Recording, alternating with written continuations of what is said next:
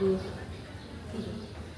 Assalamualaikum warahmatullahi wabarakatuh.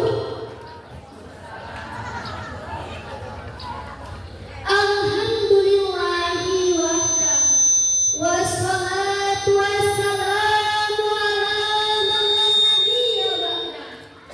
Allahumma sholli wa sallim ala sayyidina Muhammad wa ala alihi wa sahbihi wa man wala hawla wala quwwata illa billah, amma ba'd.